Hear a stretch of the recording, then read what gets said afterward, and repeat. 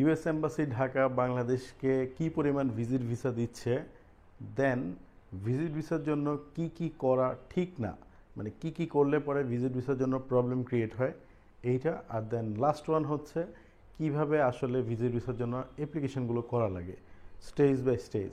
আজকের ভিডিওতে আমাদের এই তিনটা টপিক আমরা কভার করব। সো সবাই পুরো ভিডিওটাই দেখতে থাকেন না টেনে, আশা করছি ভালো হবে। Let's start. তো প্রথমে আসি ভিজিট ভিসায় ঢাকাস্থ যুক্তরাষ্ট্রের যে দূতাবাস কেমন ভিসা ইস্যু করছে। আসলে এটা অত্যন্ত হতাশাজনক এবং দুঃখজনক হলো সত্য যে বর্তমানে ভিজিট ভিসার রেশিওটা অনেক খারাপ। কারণ মোটামুটি যারাই দাঁড়াচ্ছে এম্বাসিতে তারাই রিজেক্ট হচ্ছে, মানে প্রচুর পরিমাণে ভিজিট ভিসা অ্যাপ্লিক্যান্টরা এই মুহূর্তে রিজেক্ট হচ্ছে। সো একটু ভেবে চিন্তে ডিসিশন নেন। আপনারা যারাই প্ল্যান করছেন রিসেন্টলি দাঁড়াবেন বা ডেট আগায় নিয়ে আসতেছেন, একটু চিন্তা করে দাঁড়ান, হয়তো সময়টা ভালো যাচ্ছে না। আপনারা সবাই জানেন ডোনাল্ড ট্রাম্প আসার পরে বেশ কিছু চেঞ্জেস আসছে। উনি ইলিগাল ইমিগ্রেন্ট যারা আছে ওদের উপরে আর কি চড়াও হচ্ছেন, এটা স্বাভাবিক।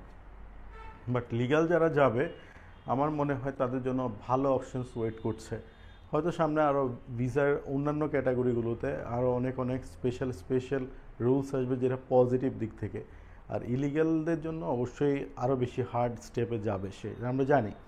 সো ভিজিট ভিসার ক্ষেত্রে যে প্রভাবটা পড়তেছে যেটা ধারণা করা যাচ্ছে, আমরা যদি চিন্তা করি যে কি কি কারণে ভিজিট ভিসা রিফিউজ হয়, এর মধ্যে একটি উল্লেখযোগ্য কারণ হচ্ছে কোনো দেশ ভিজিট না করা। আশা করি এটা সবাই বুঝতে পারছেন যে কোনো দেশ ভিজিট করে নাই বাট মানে ফ্রেশ পাসপোর্ট নিয়ে দাঁড়িয়ে গেল, ভিসার জন্য আশা করতেছেন, এটা আসলে কি বলবো, এটা মানে অলমোস্ট ইম্পসিবল, নাম্বার ওয়ান। দ্বিতীয়ত কিছু বি বা সি ক্যাটাগরি কান্ট্রি ভিজিট করা, যেগুলো আসলে যুক্তরাষ্ট্র ভিজিটের সাথে খুব একটা যায় আসে না। আমরা যদি চিন্তা করি কেউ একদম ইন্ডিয়া গেল, নেপাল গেল বা ভুটান গেল, এইসব কান্ট্রি ঘুরে আসলো, শ্রীলঙ্কা গেল, দেন এসে দাঁড়াচ্ছে ইউএসএতে। ইউএস ভিসা অফিসার যিনি থাকবেন ঢাকাস্থ দূতাবাসে, উনি এই সমস্ত কান্ট্রি ঘোরার কারণে আপনাকে ভিসা দিবে, এটা আসলে কোনোভাবেই বোধগম্য নয়। দেন আসেন যারা আবার আরেকটা কাজ করে যে মালয়েশিয়া, থাইল্যান্ড, সিঙ্গাপুর একটা প্যাকেজ করে নেয়, ইন্দোনেশিয়া বা এই কান্ট্রিগুলো, যে ঘুরে আসলাম একসাথে প্যাকেজ করে দেন আমি গিয়ে ইউএস এম্বাসিতে দাঁড়াবো। এটা মিন করে না যে আপনি আসলে একজন ট্যুরিস্ট, কারণ যিনি একজন ট্যুরিস্ট বা বিজনেস পারসন উনি এন্টায়ার ইয়ারলি এই কান্ট্রি ওই কান্ট্রি এই কান্ট্রি ওই কান্ট্রি হয়তো যাবেই, ভিজিটে যাবেই, বা আপনার একটা গ্যাপ থাকবে। আপনি ভিজিটে যাবেন, ঠিক আছে, ধরেন মালয়েশিয়া গেলেন, তার 3-4 মাস পরে আবার থাইল্যান্ড গেলেন, তার 2-3 মাস পরে আপনি আরেকটা ভালো কান্ট্রি গেলেন, সেগুলো চিন্তা করা লাগবে। একসাথে প্যাকেজ করে ট্যুর দিয়ে আসলাম, দেন অ্যাম্বাসিতে দাঁড়ালাম, ভিসা এত সহজে ভিজিট ভিসা দিয়ে দিবে? সো আমার কথা হচ্ছে এটাই যে আপনারা যারা ভিজিট ভিসার জন্য দাঁড়াবেন অবশ্যই মাথায় রাখবেন যেন কয়েকটা কান্ট্রি ঘোরা থাকে এবং কান্ট্রিগুলো হতে হবে সেই লেভেলের।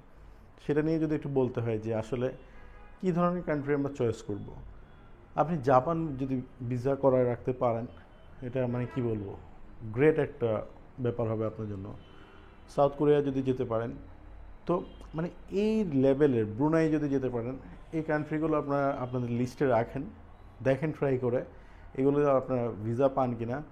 দেন মালয়েশিয়া যেতে পারেন, থাইল্যান্ডও যেতে পারেন, বাট এগুলো হচ্ছে একটা টাইম গ্যাপ দিয়ে যেতে হবে, তাহলে বোঝা যাবে যে হ্যাঁ আপনার ইন্টারেস্ট ঠিক আছে। আবার অনেক ক্ষেত্রে দেখা যায় ফ্যামিলি পার্সনদেরকে মিট করার জন্য অনেকে যায়, সেক্ষেত্রে প্রপার ডকুমেন্টেশন থাকা লাগবে যে আপনি কেন যাবেন। এমন হতে পারে যে আপনার সেখানে রিলেটিভ আছে যা এখনই আপনাকে দরকার, সেটা এভিডেন্সগুলো লাগবে।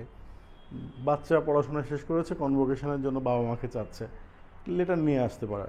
আবার দেখা যায় বাচ্চাকে কোনো একটা প্রাইজ গিভিং একটা সিরিমনি বা কোনো একটা সিরিমনি অ্যারেঞ্জ করেছে যেখানে প্যারেন্টস যেতেই পারে, সেটার জন্য আপনার ডিন থেকে বা যেই ইউনিভার্সিটির আন্ডারে স্টুডেন্টটা আছে তার সেখান থেকে কী করা লাগবে, কিছু ডকুমেন্টস কালেক্ট করে বাবা মার কাছে দিয়ে দিলেই হচ্ছে। তো সেগুলো তারা মেনটেন করলে দেন ভিজিট ভিসা সহজ হয়ে যাবে কোনো কান্ট্রি ঘোরা না থাকলেও। আর যারা নর্মালি দাঁড়াচ্ছে, যেহেতু ভিজিট ভিসার প্রসেসিংটা খুবই ইজি, এটা অনেকে দাঁড়িয়ে ট্রাই করে। সো আমি বলবো যে এই ধরনের বোকামি করবেন না এখন। তো আমরা আমাদের নেক্সট ভিডিওতে যেটা আনবো সেটা হচ্ছে যে ভিজিট ভিসার ক্ষেত্রে কি কি কাজগুলো করলে আপনাদের জন্য ভিসা পেতে সহজ হবে, অলরেডি এই ভিডিওতে কিছুটা আমরা আলোচনা করেছি, তাহলে নেক্সট ভিডিওতে আরও ডিটেলসে করব। তো ভিজিট ভিসার জন্য আসলে কি কি স্টেজগুলো ফলো করা লাগে আমরা এখন বলছি। গাইজ, আপনারা একটু গুগল করলেই জানতে পারবেন যে লাস্ট ইয়ারে 2024-এ গ্লোবালি ইউএস যেটা করে সেটা হচ্ছে 8 মিলিয়ন ওরা ভিসা অ্যাপ্রুভ করে ভিজিট ভিসার ক্ষেত্রে পুরো ওয়ার্ল্ড ওয়াইড। সেক্ষেত্রে বাংলাদেশও এগিয়ে আছে, এমন না যে পিছিয়ে আছে। আমরা গুগল করলেই দেখা যায় সেখানে বাংলাদেশের অবস্থান একসময় মানে ইয়ার বাই ইয়ার এটা ইনক্রিজ করতেছে। 2000 কত আমি বলবো 20-এর দিকে দেখা গেছে 12 থেকে 15,000 ভিসা হয়েছে। দেন আবার একটু পরে যাই 21-22-এর দিকে আসি, তখন এটা প্রায় 55,000-এর মতো ভিসা হয়েছে। সো ইয়ার বাই ইয়ার এটা কিন্তু ইনক্রিজ করতেছে। ভিজিট ভিসায় যাওয়ার প্রসেসটা খুবই সিম্পল, ডকুমেন্টসও খুব বেশি প্রয়োজন হয় না, যেগুলো লাগে সেগুলো আমরা এখন বলি। নাম্বার 1, আপনার ভিসা অ্যাপ্লিকেশন ফিল আপ করা লাগবে। ভিসা অ্যাপ্লিকেশন বা DS-160 ফর্মটা ভালোভাবে ফিল আপ করা লাগবে। এই DS-160 ফর্ম ফিল আপ করার ক্ষেত্রে আপনাকে কিছু জিনিস একটু ভালো করে খেয়াল করা লাগবে। আমি একটু আগেই বলছিলাম যে আমরা নেক্সট ভিডিওতে নিয়ে আসবো কী করলে আপনার ভিসা পাওয়ার চান্সেস বেড়ে যাবে, এটা আমরা নেক্সট ভিডিওতে দেখাবো। বাট এটাতে দেখাচ্ছি কী লাগবেই। DS-160 নাম্বার 1 এটা ফিল আপ করা লাগবে।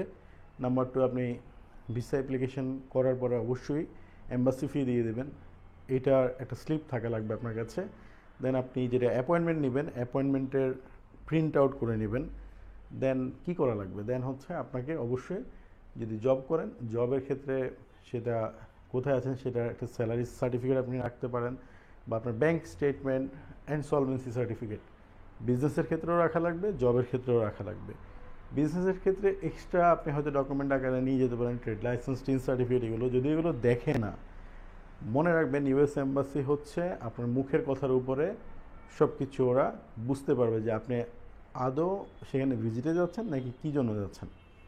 সো এই হচ্ছে একটা কথা আমার আপনাদের প্রতি, যে আপনারা যদি এখনও রেফারেন্স দেখতে চান, আমি বলবো ইউএস এম্বাসির যে পেজ আছে, ওদের ফেসবুক পেজ আছে, ওদের ওয়েবসাইট আছে, সেখানে যান, সেখানে গিয়ে 2টা ভিডিও দেখবেন। খুব ক্লিয়ারলি ওরা মেনশন করেছে যে কি ডকুমেন্টস লাগে আর কি করা লাগে, কীভাবে প্রস্তুতি নিতে হয়। আমার মনে হয় এর চেয়ে ভালো করে কেউ কোনো ভিডিও করতে পারবে না, বিকজ ওই 2টা ভিডিওই হচ্ছে অ্যাম্বাসির ভিতরে গিয়ে শ্যুট করা হয়েছে। সো এটা আপনাদের খুব কাজে লাগবে। তারপরে আপনার জন্য আমি লিঙ্ক দিয়ে দিচ্ছি, এখানে যাবেন। ওকে, তো আমি যে ডকুমেন্টসগুলোর কথা বললাম, এগুলো ছাড়া আর তেমন একটা কোনো ডকুমেন্ট দেখতে চায় না। ওরা দেখবে আপনার ওই কনফার্মেশন পেজটা DS-160, তারপর হচ্ছে আপনার যেটা অ্যাপয়েন্টমেন্ট লেটারটা নিয়ে চেক করে ভিতরে ঢোকাবে। এই তো, তেমন কোনো একটা ডকুমেন্টস আপনার থেকে দেখতে চাইবে না। ব্যাংক স্টেটমেন্ট, সলভেন্সি সার্টিফিকেট, এগুলো হয়তো দেখবে। আর বাকি সব কিছুই কথা অনুযায়ী আপনার সাথে চলবে। আপনার একটা প্রপার ট্রাভেল প্ল্যান করা লাগবে। আপনি যে ঘুরতে যাচ্ছেন, কোথায় যাবেন, কোথায় থাকবেন, কত দিন পর্যন্ত থাকবেন, এটা ক্লিয়ারলি একটা প্ল্যান করে যেতে হবে, ঠিক আছে? আর অবশ্যই সব কিছু ট্রু যা আছে আপনার সব কিছু মেনশন করবেন। DS-160-তে সব কিছু আপনার ট্রু ফ্যাক্টগুলো মেনশন করে দেবেন।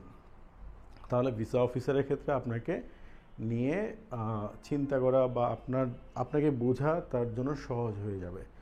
সো ডকুমেন্টেশনের ক্ষেত্রে আপনার খুব বেশি কিছু লাগছে না, অলরেডি আপনি বুঝে গেছেন যে কি করা লাগবে। আমি স্টেপ বাই স্টেপ বলেছি, তারপরে ডিসক্রিপশন বক্সে আমি লিখে দিব যে কোনটার পরে কোনটা করা লাগবে, ঠিক আছে? সো আশা করছি এই ভিডিও থেকে আপনারা ভিজিট ভিসায় বর্তমানে ইউএস এম্বাসির যত রকমের কোশ্চেন আছে আপনাদের আশা করি ক্লিয়ার হয়ে গেছে। এই মুহূর্তে অ্যাপ্লাই না করলেই আমার মনে হয় ভালো হয়, কিছুদিন পরে করেন, ভিসা রেশিও বাড়বে। তবে সেক্ষেত্রে প্রস্তুতিগুলো ক্লিয়ার করেন, ঠিক আছে? কারণ প্রস্তুতির উপরেই সব কিছু ডিপেন্ড করবে। সো আজকের ভিডিও এই পর্যন্তই, পরবর্তী ভিডিও দেখার আমন্ত্রণ জানাচ্ছি। আর যারা নতুন আছেন সাবস্ক্রাইব করে ফেলবেন, কমেন্ট করে জানাবেন কেমন লেগেছে, ঠিক আছে? সবাই ভালো থাকেন, সুস্থ থাকেন, আসসালামু আলাইকুম।